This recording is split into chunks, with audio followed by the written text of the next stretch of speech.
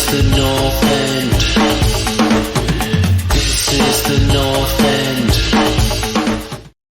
Hello and welcome to the North End podcast. I am Luke Connolly, of course, and it is great to be back for another season.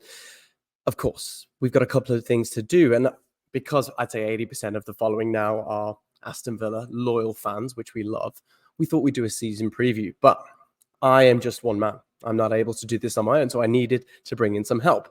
So let's start with the tried and tested, the man, the myth, the legend, who is definitely capable of procreating too, JP California. JP, how are you, sir?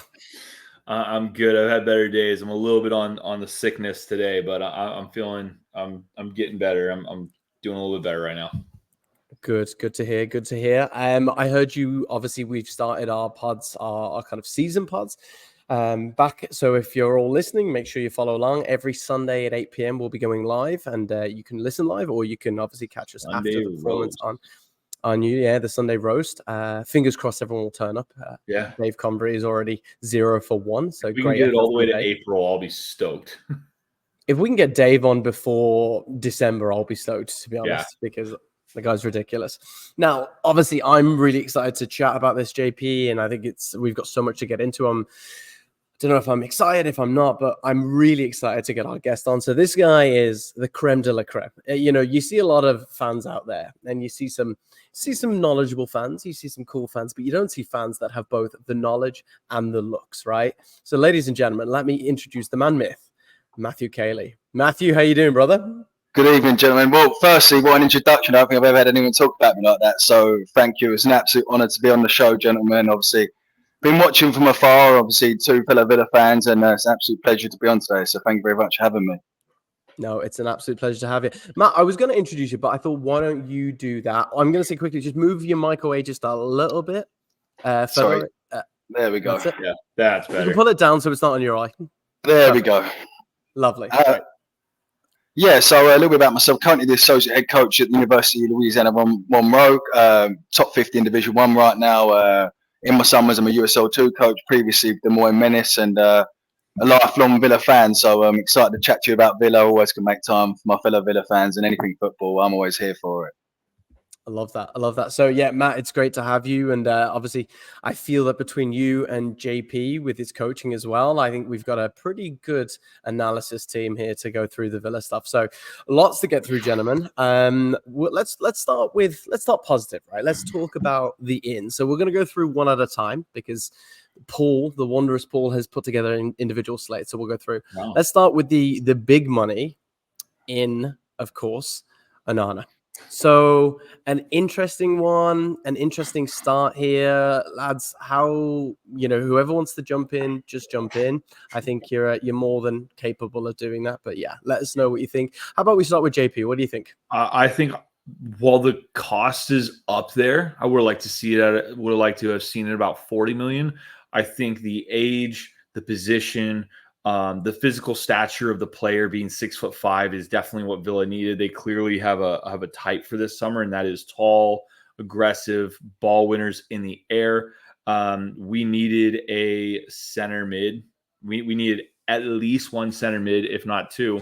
And I think he fits the bill. I think it's even better that he is an EPL player, as well as kind of a tried and tested EPL player. He's been around for 2 years. He knows what he's been doing. No major injuries. And he's a Belgium center mid national team player. I think he ticks all the boxes, Matt. Yeah, no, I'm absolutely buzzing about this signing, to be honest with you. 50 million, yeah, it's a lot of money. In this day and age, no player's cheap, So we really largely struggled from set pieces. We needed an enforcer in there. I can remember his debut at Villa Park, actually for Everton, when he scored in front of the North Stand, kind of caught my eye then. Huge stature of a player, box to box, dynamic, I think we really struggled last year when Kamara went out and we didn't have that natural kind of enforcer in there protecting the back four. I'm really excited about this one, So excited to see who plays alongside. I presume would be either Yuri Tillemans or McGinn. Obviously Barkley now in the mix, but yeah, absolutely buzzing about this sign. Obviously seen a mixed reaction from Everton fans saying they didn't want to go. It's a lot of money, but as you said, JP, the physicality is something we've definitely been lacking. So, yeah, age of 22, we know, 22, we know that Emery can develop players a little bit as well. So, yeah, really, really excited about this one. Yeah, I have to agree with you both on this one. I think it is a great signing potentially. I think Everton fans were being a little bit pessimistic. I think Onana didn't have the best of seasons last year, and I think what really kind of stood out for me with this player is what you've mentioned: the physicality, the size. He's a big, dominant kid, and I love that about him. I think what people are forgetting is he's coming in and he's about to be coached by one of the best coaches in the world, and I think Unai can get a lot from this guy. And at 22, 6'4", that big physical presence, I think this could be potentially a really, really solid signing for Aston Villa. So we'll see what we make. But we needed it. We needed to fill. Obviously, we won't talk about the outs just yet, but we'll keep going with the ins. Barkley, another kind of defensive, more kind of central mid, kind of pushing forward, transitioning play a bit more. Had a not a great time with us a couple of seasons ago, but also really did great stuff at Luton last year. Was a standout performer despite the fact that the team got relegated. And 5 million, I think he's in a bit of a resurgence. Matt, let's go to you first. What do you make of this, Matt? Yeah, as you said, it was a bit of a mixed bag during his loan spell. I'll never forget his performance in the 7-2 win over Liverpool. I thought he was electric that day, but again, playing in front of fans and not fans is a completely different kettle of fish. So he was very, very good last season in a Luton side who kind of struggled. One win in the last 17. But again, English. We know Emery can develop players. Yeah, I'm excited about this signing. I think time will tell, really. He can kind of do a bit of everything. I'm not sure where he's going to play. We're going to play him in that kind of deeper mid playmaking position. I'm not too sure. But again, another homegrown player as well, someone who knows the club, knows Birmingham, knows what Villa's about. So excited to give him a second chance. If he performs like he did last season, I think he'll be a huge asset for us. Yeah, at 5 million, I think he's just worth a punt. I think it's something where Unai Emery really likes his technical ability, his vision, his ball playing ability, and at the cost as a tried and true kind of Premier League center mid, a guy who knows England inside and out. He doesn't need any betting in. There's going to be no transition period. It'll just be tactics for him. I think this is a very low cost, low risk issue for us to go after. I think he's essentially our Dendoncker replacement because I do think Dendoncker is on his way out. So we need somebody to kind of take a role of a third or fourth choice center mid who can go in and play 15 games a season and take the cups. And I think he's going to definitely do that. Yeah, I think you boys have wrapped it up perfectly. And JP, congratulations on the way that you said Dendoncker. That is probably the best enunciation that you've managed for a long time. Hey. So well done. Barkley. You've been practicing. No, I agreed, lads. And do you know what? I was a fan with Barkley years ago. Like, I really liked him when he was at Everton. I really liked him when he was a younger player. He just had a torrid time with injuries and some personal stuff. So I think if we can get a little bit of good stuff, and I think he's seeing what's happening at Villa, and he's ready to jump on it straight away. So yeah, exciting times. An interesting signing here. So I don't think when we started the summer, any of us would have predicted this. I don't remember his name being mentioned at all coming about in a bit of a confusing window. Now, maybe there was a bit of a PSR thing here going on, but Ian Maatsen, left back, had a good background in the Champions League for Dortmund, went to Chelsea along with 463 other players. So it's always going to be hard. And it's hard because in front of Maatsen, I think you have to remember, was one of my favorite players at Chelsea last couple of years, Gusto. And I think Gusto is going to have a great season for Chelsea. I like this a lot because I think we needed a bit of fresh legs at left back. JP, why don't you take this? Because I know you know a lot about these positions. I think he's much bigger than what's kind of been made out. I think everyone's talking about Onana because of 50 mil. Everyone has their eyes set to Felix and different rumors. But this guy is the one. I didn't think we could get him after him being at Borussia Dortmund and in a Champions League final. I thought he was going to want a team that's like a mainstay in the Champions League. And for us to get him at the age that he is, I think is huge. Villa conceded the third most goals in the league last year. Like, we conceded a dumb amount of stupid goals, a dumb amount of set piece goals. And while he's not huge, at I think about 5'10", 6 foot, he is going to change the way we can keep the ball on the left side. And I just think he's going to be an improvement on the left backs that we have. Yes, obviously, I think it's been a fantastic sign, a lot of money, but I think it's a position a lot of Villa fans said we were pretty stacked in, with Digne and Moreno, especially Digne towards the end of the season. I thought he was playing absolutely brilliant. Very good. So again, he's going to be a young player who could bring energy and legs to that left-hand side, exactly what Emery wants in the formation we play. I presume one of them two have got to go. Obviously Digne has had a good year. Obviously from the Steven Gerrard era, he's on a lot of money. I think 125, even rumored to be 150. You can't be having a second or third choice left back on that sort of cash. So it'll be interesting to see what happens there. But no, I'm super excited. Same as you, JP. Saw the Champions League final, watched quite a bit of Bundesliga. I did not think we'll get him, to be honest with you. And I think if he was at any other club apart from Chelsea, who have abundance of left backs with Cucurella, Chilwell, Gusto, whoever else they've just signed there, it's just super, super excited about this when it shows this Villa are now in that bracket. We can attract those sort of caliber players, because 3 or 4 years ago we wouldn't have dreamed of getting the Champions League finalists in the match day squad. So super, super excited about this. And it seems like what Emery's trying to go to, a bit more dynamic fullbacks, a bit more athleticism. So I'm super, super excited about that one. I saw a lot of Chelsea fans didn't want him to go. When you get for 38 million for a second or third choice in their current manager's eyes, you have to let players go. And luckily, Villa have been able to munch that up. Yeah. No, fully agree. I've got a fun Villa story about that conceding in a minute, but we'll come back to that once we finish the ins. A bit of a strange one here. So Illing Jr. coming from Juventus. Obviously, we'll talk about the out that led to this, but roughly this is how it looks. Roughly 10 million when all was said and done. He's 21. He's in England under 21, I believe, already. He is a pretty well-respected player. Played a decent amount for Juventus, was getting pretty good, eyes on and getting some good feedback. What do you guys know about this, and where do you think he plays? Do you think he has much of a season with Villa? Is he a rotation? Are we likely to see him, featuring a little bit? How does this look, Matt? Oh, I could say obviously he was obviously at Man City previously as a youth player, so he's had good coaching coming through there. It's going to be very interesting to see. I'm not sure what Emery's got up his sleeve for this one. Quick, strong, got a good left foot, agile player. So I reckon he could play on the left-hand side for us in the 4-4-2 or the 4-box-2, however I think Emery's going to set up.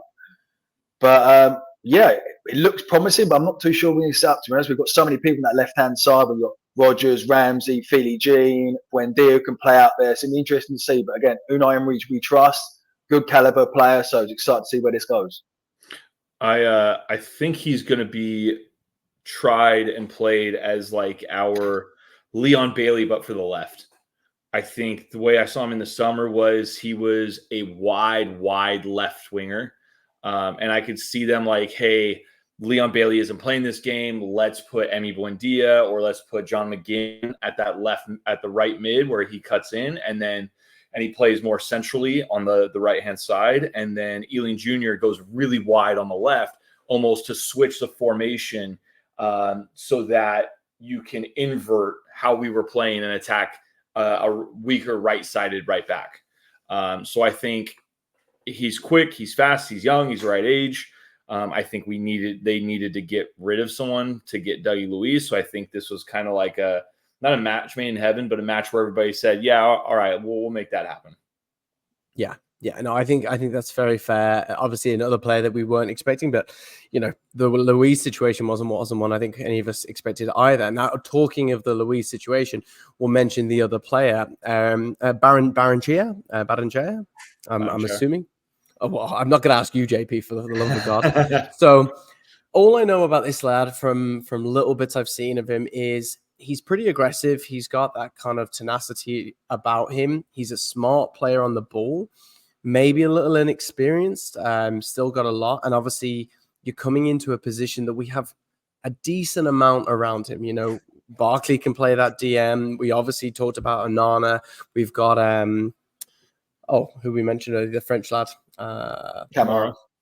Kamara, yeah, and McGinn can drop back as well. Like, although I'm expecting McGinn to be further up the pitch this season. Do you see him playing much, or are you thinking this is a JP? Do you see this being like a cup? I think this is a Morgan Rogers buy. Like, I think this is, hey, obviously he's another one of the players thrown into the deal for Dougie. But I feel like this is one of those guys where it's like, hey, this guy's really talented. Let's see what we can really make him do. Kind of like the Morgan Rogers, right? Unai Emery fell in love with Morgan Rogers. We picked him up, roughly the same, a little bit more for Morgan Rogers, but it was like, hey, they didn't think he was going to take off. They thought it was going to be a year before he was getting game time. Injuries happen. He plays well and he explodes. So let's just see. You know, you never know what this guy's going to do. Matt? Yeah, obviously, yeah. I think it's always been kind of, we was looked at getting someone else in the deal and he was kind of thrown in there last minute. Obviously, what we've seen in pre-season, very Argentinian, tenacious in the middle of the park, gets stuck in, you know, fit, can play as well. So, yeah, super excited about this one.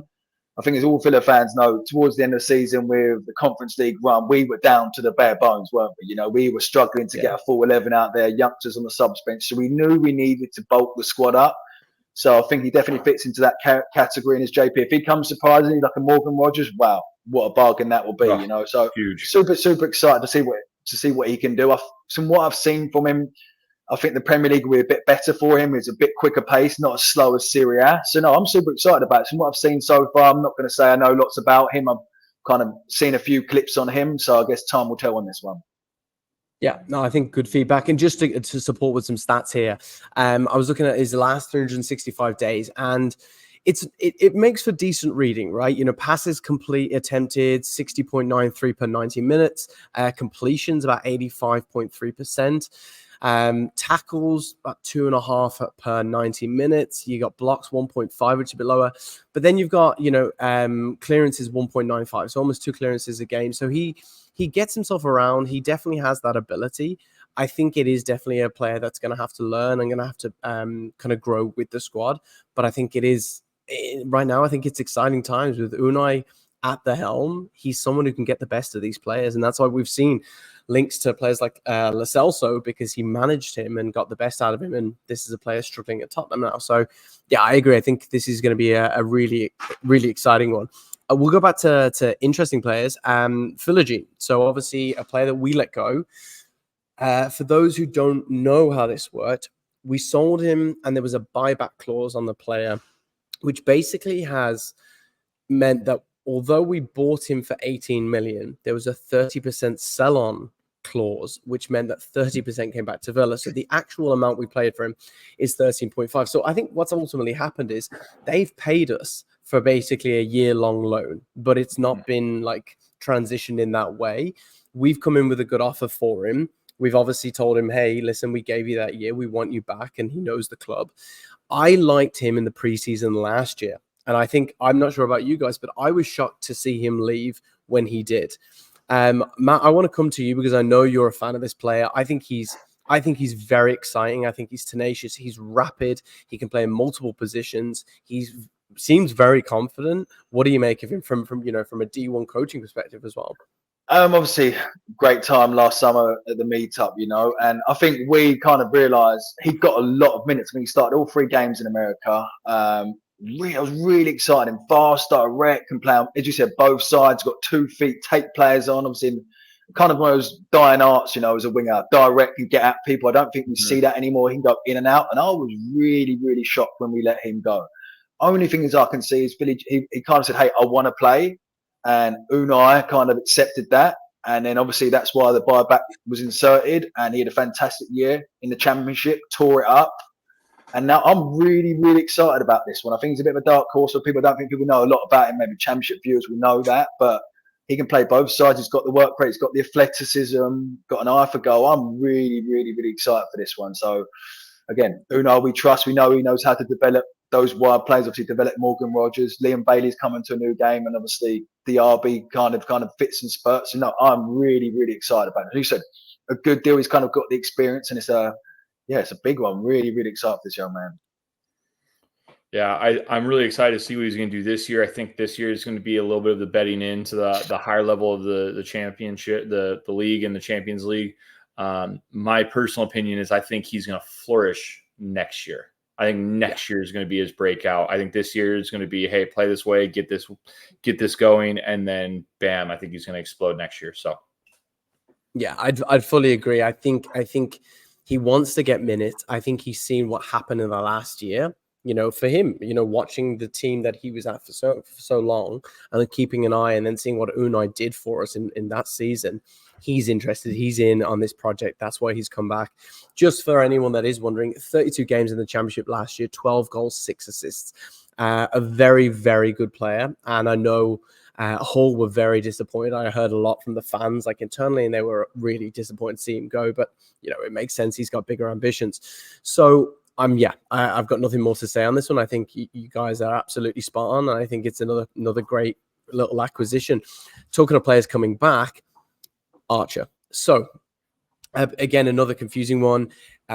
Sold with this transitional kind of agreement that if they didn't stay up, which was highly unlikely with Sheffield, he would be bought back for the same amount. Now, I have a real personal feeling around Archer. I've always liked this player, but he's starting to give me that feeling of it's just not gonna click. And I think I'm thinking of some of the players that we've had, and I kind of look at him and go, when he's on, and at times he scored a goal, not this preseason, the last game prior to the one we just played, and it was a brilliant goal.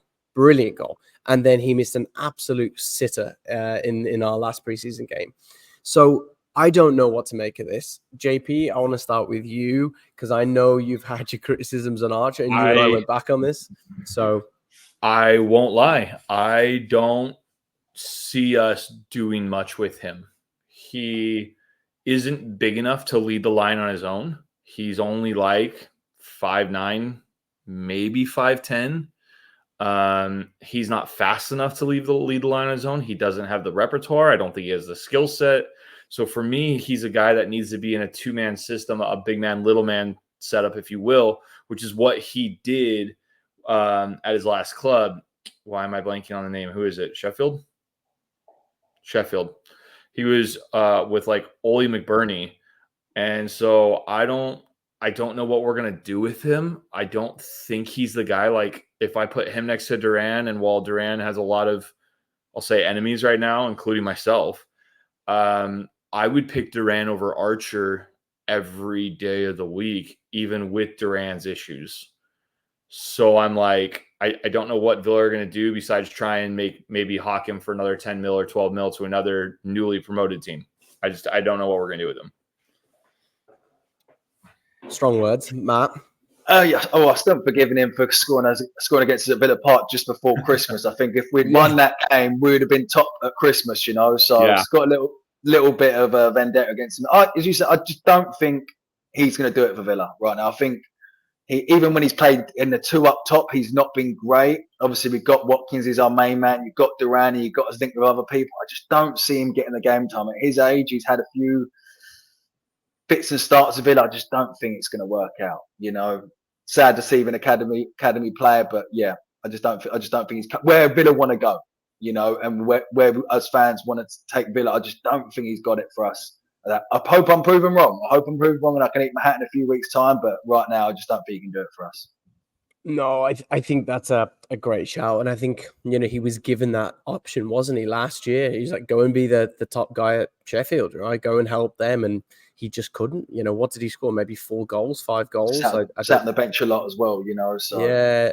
And they started, you know, it's not like when he first came in, I think he scored 2 in his first game. It was something ridiculous. And then he just blanked for weeks and weeks and weeks. And I think after that, then he lost his position. Then they were obviously scrambling because they were getting hammered week in, week out. But I don't know. I really want to see it. But if I'm being true to what you guys are saying, I also can't see it. I just don't think. I think Duran is a really complex situation because whether you think he was trying to force a hand or whether he's definitely being badly led. and the people around him are really not helping him. So maybe that gives Archer an opportunity if Duran's attitude continues to be, because I don't think Unai will put up with it. If Duran comes back with the attitude, he'll train, but he won't play. And so I don't know whether that opens up anything for Archer. We'll see. But I wouldn't be surprised if we see a more attacking player still come in at Villa. We will get into that, but I have this little feeling we might try and go for something kind of big on that one. A little quick mention to this, of course, not a whole lot here. This stinks of a PSR, and of course, what I love about this whole PSR situation is all these clubs have been snaking each other for years, right? Doing the dirty, ringing agents, sniping deals, and all of a sudden they're all screwed. So they're all on the blower, being like, "Hello, Matt, what's going on, pal? Yeah, that under 19, yeah, we'll give you 25 million for him. Top man, nice one. Yeah, that lad that we just signed from a sixth division in Bulgaria. Yeah, do you want him for 15? Perfect, lovely. And I think that's what this Dobbin is. I like him. Everton prospect, a lot of guys speaking of him, saying he has got a decent amount of talent. But I personally, from what I've seen of him or the little I know, I actually feel that of the players that came and went, I prefer Tim. I think Tim had more to him. I don't know. I think he's already been loaned out for the season, isn't he, to West Brom? Yeah. So yeah, he's already there's gone. Probably not a whole. Yeah, so there's not a whole lot, but when you spend 10 million on a player, you kind of have to mention them in the ins and outs. So yeah, Dobbin maybe one for the future. Maybe he helped us at a time of need. We won't know. However, we move on. We go to outs. Now we're just gonna kind of fly through these a bit quicker. Some interesting ones here. Let's just start with the dagger in the heart on the Douglas Luiz. Matt, let's go to you on this one because this just hurt, didn't it? Not gonna lie, I'm absolutely gutted. Seeing him really, really develop as a player. Obviously managed to get him for 15 million of Manchester City. When Manchester City couldn't get him a work permit, I don't know what Dean Smith and the Villa boys did during that time in 2019 when Will's over in Minnesota, who managed to get him under the wraps, and he's just grown and grown and grown, established himself as a Brazilian international now. Very, very sad to go, and obviously the fee involved. Maybe they were muting last summer. Arsenal and that were offering like 80 million. But again, if he wanted to go, what we're hearing he wanted to go, you can't have someone else that would be here, So it was upsetting to see him go. But I'm glad we haven't sold him to someone else in the Premier League because that would really hurt, But again, no one's bigger than the club. Players will come and go, fans will stay, So hopefully, wish him all the best in Juventus. And but yeah, it's a big loss. We know that. That deep line playmaking position is very hard to get someone that can do a bit of everything what he could do.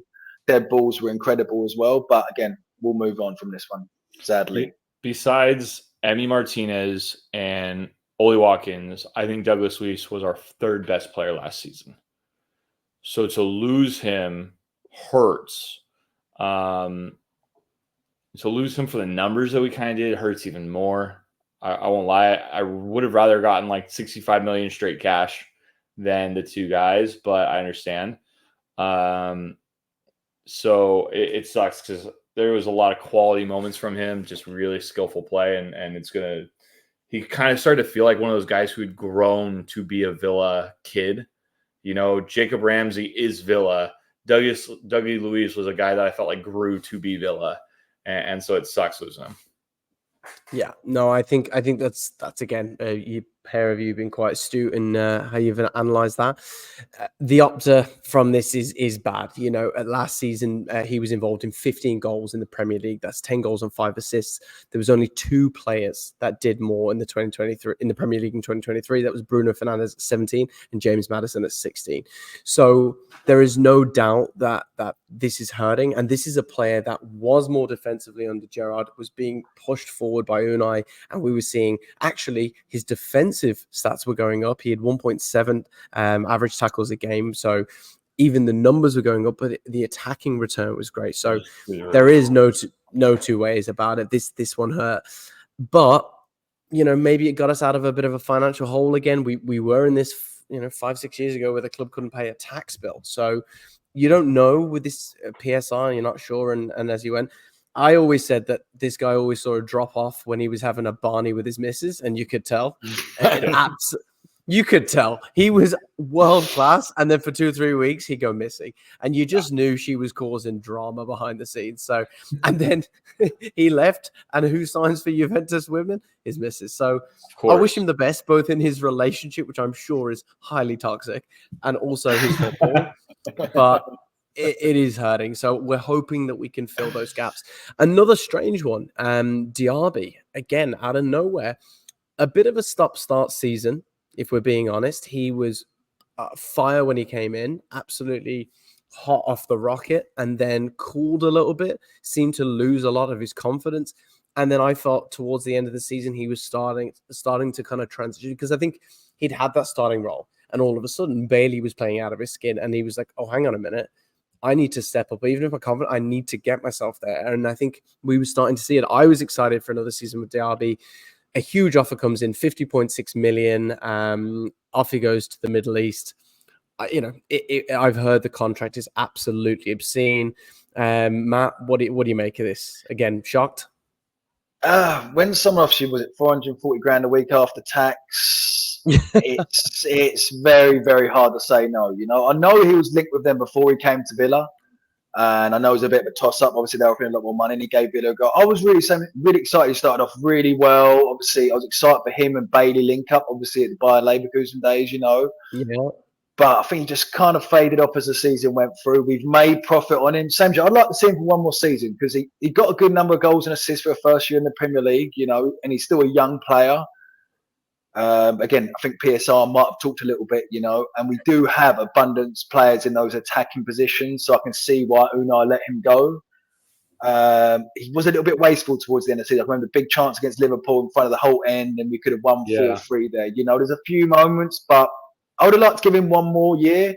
But again, PSR made profit, and we can go again. Again, Unai we trust. So, yeah, I was surprised when this came out. Again, when Saudi come knocking on that sort of dough, you can't. It's hard to say no. The Athletic actually called it and basically said that Villa were not expecting to lose him, but the money was where they were accepting. They were like, yeah, we can let him go for that. They didn't want to let him go. Villa did not expect to lose two key players, and Diaby to them was a very key player. So we're just gonna have to wait and see if we replace him well. Yeah, I think that's a very, very fair point. I think, I've got nothing more to add. I was disappointed as well. I think he was a cracking player, and the pace he had, and with a bit more confidence behind him as well. I think with a bit more in pre-season, we could have seen more. But as you said, 440,000 in your pocket every week. There's no tax in the Middle East, so for these young players growing up in he grew up in Paris. I don't think he came from the best of backgrounds financially, or maybe this sets him, his generation, and the future generation, like 2-3 litters of generations up well. So I wish him the best. I hope we get to see him again at some stage. We'll go through the other ones quite quickly. Tim, I think there's a good player in Tim, but he's not progressing at the speed that he needs to progress to stick around. I'm not surprised. Obviously, he was part of this Dobbin deal, 10 for Dobbin, 9 for Tim, PSR sign off. Disappointing to lose Tim, guys? A little bit, but we got what's his name? Ross Barkley. So to me, it was a fair switch. Just a cheaper way to get Ross Barkley and beat PSR. Yeah, again, it's obviously PSR. We pulled the PSR card there. I liked him because his frame, his size. He just had every time he got a couple of games here and there, he just seemed to get injured. So, I think he has good potential, has the physique, but right now, as you said, the way we're going, I just don't think he's ready for that journey, sadly. Yeah, no, that's totally fair. Obviously, a couple others. Sanson, an absolute nightmarish time. I gotta be honest. I feel for this player. I really do. But he's just another Leauge player that's come, hasn't made it in the Premier League, has struggled, has got frustrated, and you kind of have that argument, don't you, within the fan base, where you're like, some people are like, he put up good numbers in League One and we're not giving him a chance. But he was here for numerous managers. And there's that saying, isn't there? And I'm sure you guys would both agree as coaches, there's only so many times you can see a player, and it doesn't matter if you don't see it, but then if the next coach doesn't see it and the prior coach didn't see it, it's not the manager or the coach, it's the player. There's something not quite right. And whether he just wasn't quick enough, he wasn't sharp enough. I think from the times we did see him, he never really, lit the world on fire. So I'm not shocked by this one. Anything to add to that, guys? You hit the nail on the head there, mate. I think you actually called it several times that you want him to play, Luke. So I don't know. I think he's I did because at the time we weren't playing well. I was like, I'd like to see him thrown in, but I'm not there working the team and watching week in, week out. I should be, but I'm not. So there we go. A couple others. There was a couple of younger players, but these are the really the main. We got Coutinho off the books, at least on a loan. Yeah. However, I'm not sure on this because the problem with Coutinho is his wages, right? I don't know. Have any of you heard what this deal is? Because he's gone to Vasco. There's no way Vasco are paying the full amount of his wages. No, we're actually still covering most of the wages as far as I know. Yeah. I can't see it anywhere else otherwise, because he's just on too much money. So I don't know. Hopefully he can do something and we can just get him physically off the books. Or I think, is he last year of his contract anyways? Or he can't have much longer, can he? I think he's got one more year. I think he has one more year after this, dude. Oh God. Adios mios. So yeah, fingers crossed he has a good time in Vasco, finds a bit of form again. He's had a rough time, so I wish him the best. And we sold one of our on and off 12 keepers. We've had a bit of a rotating carousel of keepers in the last 5 to 10 years. I can't even, some of the names that are thrown out, I can't even remember them anymore. But Sanis Salo was fairly highly rated when we got him, has been around. We haven't seen him because obviously nobody's getting Martinez out of the way. I'm surprised another keeper's not really challenging the number 2. Maybe that changed because I don't think any of us have felt particularly confident with Sweden's number 1 when he stepped up. But yeah, $1 million. He's gone to Celtic again. Wish him the best. I think that's really all we can say. Is there anyone that you think we're going to lose before the end of the season? Obviously, Digne, Marino, a left back. Can you see one of them going? Yeah, I could. Oh, go on, JP, after you, mate. Go ahead, dude. No, go ahead. I think we'll lose a left back for sure. I'm not sure how highly Emery rates Cash. With Costa coming in, look, 18-year-old right back. Obviously, we loaned him back, signed him in January. Looked really promising. Got the engine to play in the Premier League. Will he start? I'm not sure. He does like Konza playing right back, kind of when we rotate to sometimes a back 3 when the left-hand side pushes forward. So I don't like playing Cash further forward. I know he did that in the Europa Conference. That's not him. He's a right back or bust in my personal opinion, So it'll be interesting to see what happens there. But I think we'll lose a left back. I think we need to lose a left back, really. We can't be affording having 3 left backs on $100,000 a week plus, Apart from that, I don't see anything really, any more goings out unless a shock happens, but it's football, so who knows? Yeah. JP? That's kind of it. I think you pretty much hit a nail on the head there. Yeah. No, I think it's fair. I think it's absolutely fair. I gotta be honest, I wouldn't mind seeing Cash leave. I know that's like I don't think Cash is good enough. That's the truth of it. If we're taking emotions out, Archer I like as a player, don't think he's good enough. Cash, I think, has grown as a player, but I think where and what we're needing. How many times did Cash have a mistake at him in the last year, especially? And I can remember numerous. And I think he's very good at times, but he doesn't have the consistency or the concentration needed to be a top right back in the Premier League. He's not going to get that level. So, for now, he can do a job. I would like to see something a little bit more solid come in, so we'll have to wait and see. But yeah, Cash maybe if someone else comes in. Now, obviously, it's going to be hard to set up. JP, you kind of threw together a bit of a new look Villa. So why don't I let you kind of talk us through on this? I'll give you a solo layout and let you speak. Cool. So fire away. Well, it zoomed in on you, so there we go. Well, first things first is it looks very awkward, but this is how I feel the lineup goes. Usually it's a 4-4-2, but the left forward or the left mid tucks inside. Rogers, Ramsey usually comes inside a little bit, giving your left back far more room to explode down. That's why we had Marino and Dean, both of which who I feel have ability in them, but I think Madsen's going to take over. As you can see there on the picture, it's kind of small, but Madsen's the left back with Pau Torres right next to him. You don't spend 35 million on a left back to not start him. Martinez in goal, of course. Konza, I think, will go back into the center of the park. As of right now, because we don't have anybody else, I put Matty Cash on the right back. There is major whispers that we are signing Feyenoord's captain Gertrude. So we'll see what happens. We play a 4-4-2, but we play it with a 6 and an 8 right next to each other. So I think that 8 will be Onana, allowing him room to like go up. And then I think the 6 role as a deep playmaker will be Yori Tielemans to start with. I think he's going to recreate the Belgium center mid combo. Right now, I have Morgan Rogers starting on the left over Jacob Ramsey because of Ramsey's long-term injury, and Morgan Rogers has been playing out of his skin good. I got John McGinn as the withdrawn striker right behind Oli Watkins. When we've been injury-free, John McGinn gets placed higher up the field. When we get injuries, he moves back into other positions like a center mid, a left mid, or a right mid. So I think with us coming strong in the center mid area, I think you're going to see John McGinn in the 10 role, where he chips in with late runs into the box and he allows for really good pressing.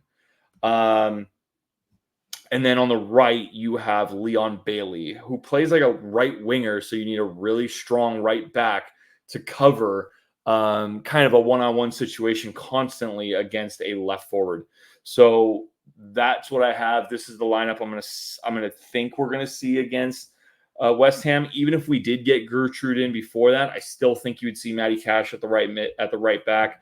And Diego Carlos is clearly pissed off Unai Emery or done something, because although he was linked out of Villa like for the past few months, it wasn't until that red card that we haven't seen a wink of him. Like, we don't see him in any of the Aston Villa footage. We don't see him on the website videos or photos. We don't see him at all. We don't see him on game day. I don't think Diego Carlos is coming back. I think he's been bomb squad.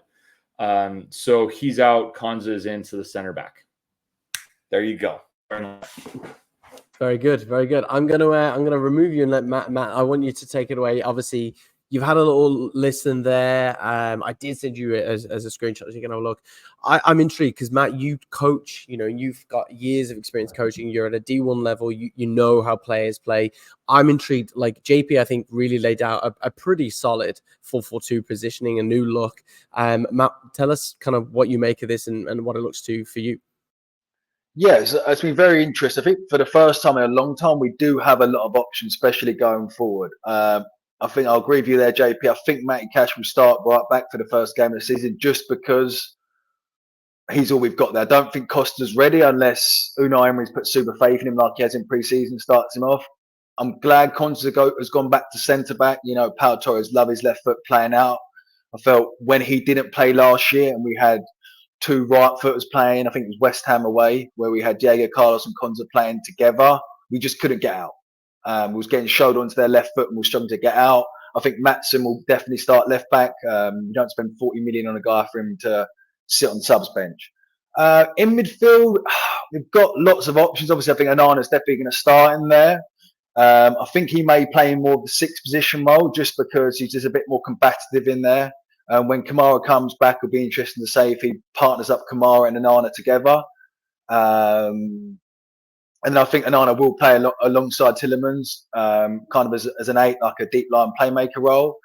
It'll be interesting to see what happens out wide. We could maybe see McGinn playing out on the right and then Bailey up top in the false 9 drifting in and out. We've also seen Morgan Rogers play up front a little bit over the pre-season. So it'll be very interesting to see what happens. Both wingers cut inside.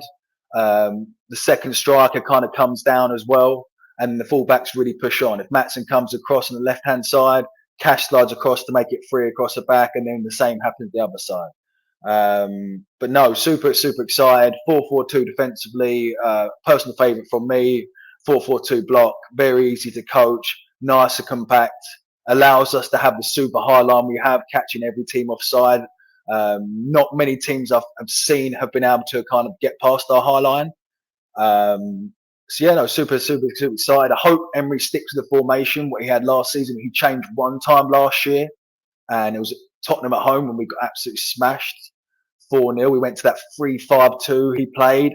It just wasn't us, you know. So I hope he sticks to what we're good at. The players know we lost that day. So that's the one time we changed formation, and it was absolutely thumping. A lot of mates who are Spurs fans, so I really didn't enjoy that day. So I think they will stick to the formation. The players know it suits the players we've got, and he's bought certain profiles. He needed another enforcer off the camera. We dropped off last year, and Onana has that. So super excited. I really like Jacob Ramsey. I hope he gets back into the team on the left-hand side. Just had a really tough time with injuries, but as JP said, Morgan Rogers right now has been absolutely unplayable. So if there's any fantasy football players out there, I think he's a cheap bargain right now. So I think he can do big things this season. Yeah, I can't agree more. I'm going to get us all back in and get us all chatting again. I think a pretty great review from the pair of you. My only thing is I'm wondering with Philogene coming back in, I think he quite likes him. I think there's something there. I think he might get an option, kind of where you've got Rodgers in that lineup, but like more kind of like coming from that, almost like that wing back, but hitting into that kind of Rodgers role. And then Rodgers dropping to a different position, maybe even playing along, so like a kind of slightly deeper to Watkins, maybe an SS with Watkins being that kind of that central forward. You've got McGinn kind of just behind Watkins in that lineup there. It is high for McGinn. We have seen him moving forward. I don't know. I'm kind of in two minds with McGinn right now, because I think moving McGinn forward makes sense. I think he's been consistent. I think he's been one of Villa's best players for the last couple of years. But technically, in regards to feeding and supplying Watkins, I think there's better options. And so I don't know, something's telling me we might not see John McGinn as consistently as we did last season, especially with the likes of Ramsey. But I think that will require those players to pick up their form. If Ramsey can find that form prior to the injury, I think Ramsey cements a starting position. I think he's not going anywhere.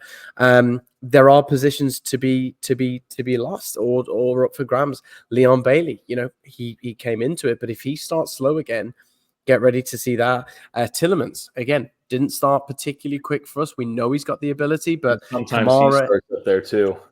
100%. Kamara is going to be wanting to make a look in. Barkley hasn't moved here to sit on the bench. He wants to be involved. And other than that, I think I fully agree with everything. And I think this will probably be that starting lineup next week. I really hope we don't see Konza pushed out to the right. I just think, we saw the Euros and we saw him in the season. He is a very good centre back. He's a very intelligent player, and that intelligence I think is lost at right back, because it's more get it, move it down the pitch. Whereas your centre back partnership in the modern game is smart, moving the defense, like keeping that high line. And I think you have him and Torres with the experience he has.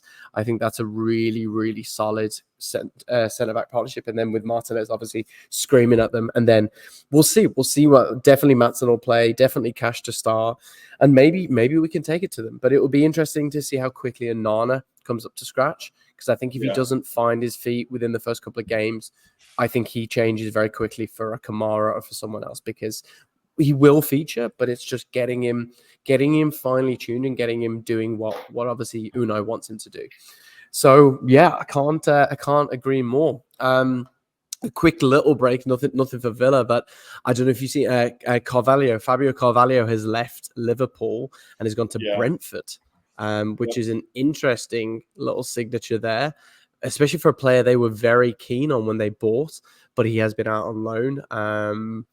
I think we're going to see a couple of other players. I think there's a couple that are lined up as rumors. Is there anyone that you guys can see right now that you think before the transfer window closes, Villa might be on a little shock move for a player? Matt? Obviously, there's been a lot of João Felix noise, Seems like he might be going Chelsea now. Yeah, I don't know how much money we've got to spend. Yeah. Generally, don't know how much money we've got to spend. Obviously, I think we've spent about 40 million. We spent 170 million, but recouped 112. So spent about 48 million. I don't know how much space we've got to maneuver. So I've seen right out there. No, it's not going to happen. But saying Kingsley Coman could be available on a loan. What a dynamic winger that would be. If we can get him on loan, I know it may cost a lot on wages, but Champions League pedigree. He's won leagues in all the leagues he's been in. It's a free hit in my eyes, but that's just talking kind of a loan deal that somebody might have to make an impact straight away. I'm not sure. It'll be very interesting. I would like Rafinha would be a nice one. He hasn't been playing much over there. Premier League smashed it with Leeds again. Another attacking player. Do we need another attacking player? They're two off the top of the head. Then if Emery is going to play Konza right back, what's a big if? We're a bigger club than Newcastle, aren't we? Mark Gay, let's put a bid in for him. That would be huge. But again, do we have the money to spend? There's just a few people at the top of the head. But that's if he does play Konza right back. I'm not sure what's going to happen there. I'd like to go for Mark Gay as another centre back. I think we're pretty stacked in the middle of the park. Do we need another striker? John Duran, we know his attitude stinks, according to various news tabloids, and even John McGinn after the game saying sometimes show a little bit of respect, So do we need another forward?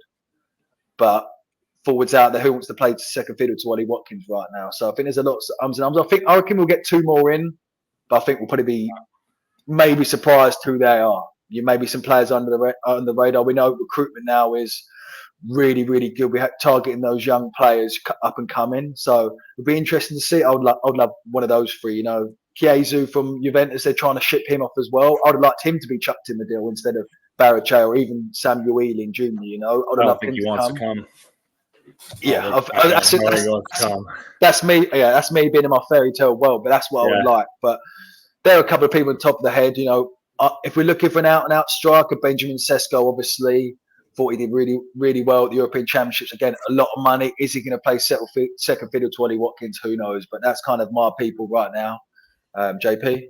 I think it's going to be two players, like you said. I think it's going to be a right back or center back hybrid, like a lot of people are talking about. This Gertrude from Feyenoord. There's a lot of talk about Diego Carlos leaving, finalizing a deal to Fulham. That would free up some funds. I think it's one in, one out right now. And I think that would be the switch right there. We'd get a right back who can also play center back. So he's kind of like another Konza.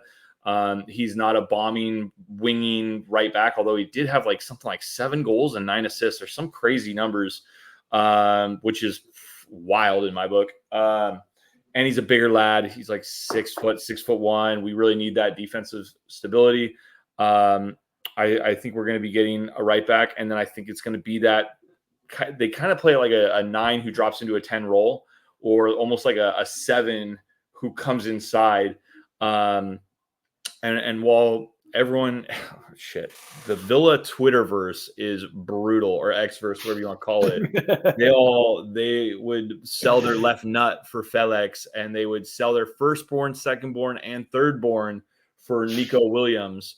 But I think Villa should, if they had any money left, I think they should go wild and crazy for Morgan's Gibbs White and get that guy, get Gibbs White to play behind Ollie Watkins with Morgan Rogers and Jacob Ramsey and John McGinn.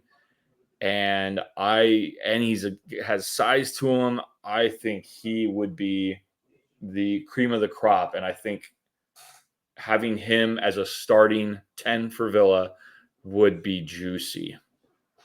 Yeah. No, I think it's an interesting shout. He was obviously, pretty lawsy when he went to Nottingham Forest. I think it was like 22 million, wasn't it? It was a big deal, I think, when they signed him. So I think it would be interesting to see if he does come after. Was it? Yeah. JP's obviously streaming off a potato, so that makes it difficult to hear what he's saying. I think you boys have covered most of it. There is 1 or 2 others that have popped up. There is still that lingering potential with Lo Celso. We know he has a background with Unai. Obviously, I think they were at Villarreal together. They did pretty well together, and obviously a good relationship. But we will see what happens going forward. There's a guy, and JP, now that you're back, I'm wondering if you've heard Amarodian. He's a young striker from Atletico. So I don't want him. apparently, yeah. So He it's failed quite the interesting. medical. Yeah, apparently so. Well, I don't know. There was something that said it was a complex with a contract. So apparently, Matt, this guy, he's a young lad from Atletico. He's 20 years of age, a big, powerful lad. He apparently had a contract agreed with Chelsea, and it fell through. JP said a medical. I hadn't heard that. I just heard that something. And so Bournemouth was sniffing around him. Villa have been sniffing around him because of Monkey. I don't know whether that would open up the opportunity to ship Duran out. I still feel that they are actively looking at the potential of getting rid of Duran, because I don't feel that his antics have been well received. And as much as you want to say, well, he comes back, and he could, and Unai will use the players at his agenda. I think Unai is a very good manager of attitudes and egos, because you have to respect what he's done. However, a 21, 22-year-old Colombian lad who's being misrepresented and ill-advised, he probably isn't respecting what he has at his feet, and so I wouldn't be shocked to see him go. And there are a couple of names there. Iniacho was linked for a while. That's gone very quiet. I don't see that happening. But Lo Celso, there's something that tells me that might not be dead, because of the prior relationship. My only concern with Lo Celso, as we've all seen, is he is injury prone, and I wouldn't want to see too big of a transfer fee. If we could pick him up for 10, 12 million, I think he's worth a punt. Any more than that, and I start to kind of go, I'm not sure. I don't know if we need him. I do believe we need that right back. We need another defender, and I think I would be happy to see another striker, because with what we've said about Archer, with what we feel about Duran, and unless he comes in groveling and really sorts his attitude out, which is a lot to ask from a player that clearly just doesn't seem to. Yeah, but you said you didn't like the idea of this, Samu, JP. I'm intrigued. What do you know, and why are you saying that? I don't like the idea of trying to get people in who have failed medicals. I think Chiesa is not being picked up by anybody from Juventus, because since he's come back from loan, he might not be, or from his major injury, which I believe was an ACL tear. I don't think people see him as the same player as he was before. If Chelsea, who, they don't have a great medical staff because half their team is injured and they got a 75-man roster. If that guy can't get in, if you can't get signed by Chelsea, something's wrong with you. Like, Luke, you could suit up, dude, and I swear they'd sign you at the left back, man. So if you can't get signed by Chelsea, there's something that's a big warning flag to me if they don't sign you. I'm interested to see who Villa loan in, because last season we got a little tight at the end of the window, and we got Longley, and we got the Zaniolo, Italian. And I won't lie, those weren't the worst loan deals I've ever heard of. Those, like, Longley came good. I thought he played really well for Villa for a very long time. And Zaniolo didn't do great for his loan deal, but he wasn't the worst thing that's ever happened either. So I'd be really interested to see who Villa decide, okay, we need one guy, we need a center back, or we need a striker. Who are we going to go get in on loan? Maybe we get this guy from Atletico on loan. Maybe we go in for someone. I know AS Roma is picking up a lot of forwards right now. Maybe we go in for someone. Who's that Argentine forward? He's buddies with everybody.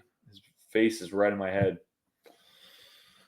Oh, dang it. This is going to drive me bonkers now. Who's he playing for at the moment? I think it's AS Roma. Dybala? Dybala. Yeah. I would love to see him come in on a loan deal with a future permanent purchase, because he is a little bit older. I think he's like 30.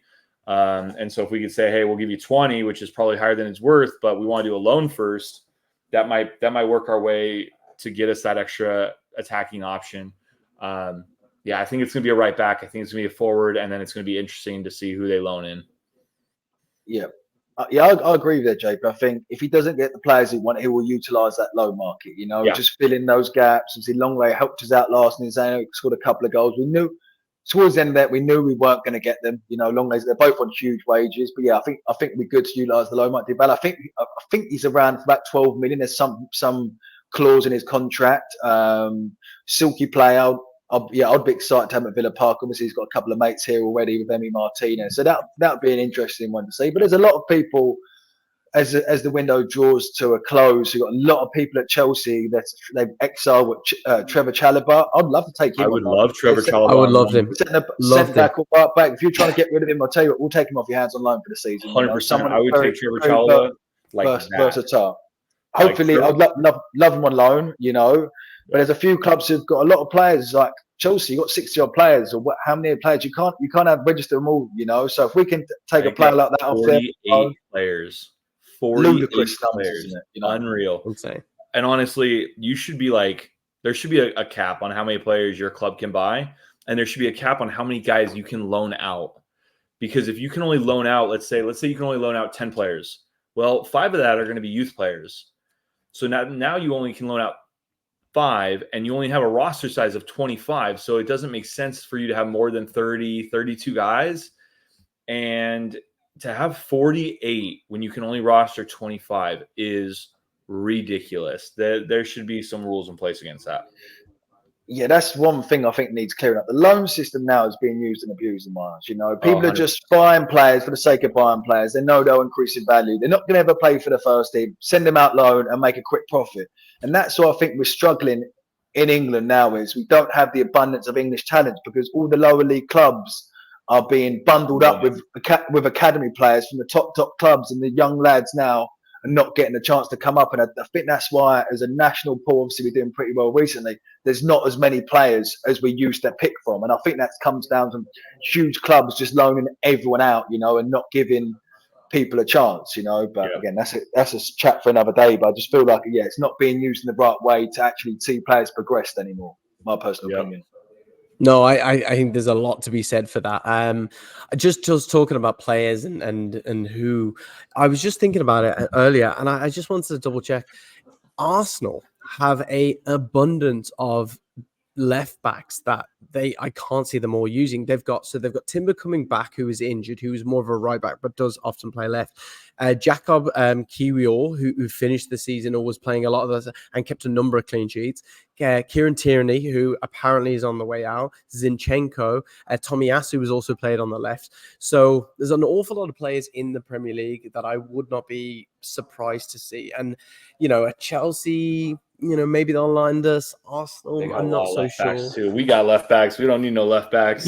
No, it's the right we need. I was like, where is there a right back? But I think it's going to be interesting to see. I do think there's going to be a bit of business. But for now, that's been our season review. Obviously, I think it's going to be a good season. Obviously, before we wrap up, we should kind of have that question, putting you on the spot. Matt, where do you think we're finishing? Where are Villa finishing this season? I'll bite your hand off now, top 4, but we'll wait and see. Obviously Champions League football, it's going to be hard. My heart's telling me 4th, but my head's telling me not. But we'll stick with 4th. I'll go with 4th. JP, I heard you on our previous, but just for anyone that missed it, I think I would love 5th spot. I would love 5th spot, and I would love us 5th spot. Get out of the group, this mini league in the Champions League, and then lose in the playoff or whatever. But get some wins at Villa Park would be sweet. 5th spot, and then get the 5th place Champions League spot, so we get in it again. Yeah, and all day. I'll take that. Yeah, I'll take that as well, JP. I would as well. I'd like to see a cup run though. I'd like to see us one of the domestic cups have a bit of a run and maybe challenge for a final in that. Listen, all I'm going to say is, gents, it's been an absolute pleasure to have you. Before you go, a fun story. If you haven't heard, I heard it on a podcast the other day with obviously James Collins and Richie Dunn, which I personally thought for a while were one of the best centre-back pairings in the league at the time when they were playing together. I don't know if you've heard this, Matt. I have a feeling you might have heard this. It's fantastic. So when Martin O'Neill came in, really kind of wasn't doing a whole lot with the actual training. They come to the first game of the season. He's given out basic tactics. He comes in last minute. First team coach has done most of the talk. He does a little bit. And he goes to leave. And then Richie Dunn goes, hey, boss, how about us? Like, what do you want us to do? And apparently Martin O'Neill turned around to him and James Collins and said, well, you big fuckers, I want you to win everything in the air. And he said, I think they conceded like 4 goals that season. It was from defensively from corners. I think like 2 or 3 goals were conceded the whole season. Now you compare that to how we were at corners last year. Yeah. Maybe not a bad tactic to bring back. That's all I'm saying. I think we've exhausted our time, and I don't want people to be bored. So just again, thank you so much, JP. It's always a pleasure having you. Matt, it was an absolute pleasure having you. I'm glad we could get you on the pod, and we hope to get you back on. Thank you for having me, gentlemen, and look forward to seeing you soon. Up the Villa. Up the Villa. Up the like Villa. and subscribe. Get after us. That's boys it, ladies and girls. gentlemen. Please like and subscribe. We'll be here every Sunday with obviously our Sunday roast, talking about that week in Premier League action, and we'll be popping our heads up with a couple of Villa posts as well. So until then, ladies and gentlemen, thanks for joining us, and we'll see you again soon. Good night. Nice God mug. bless. Be good. This is the North End. This is the North End.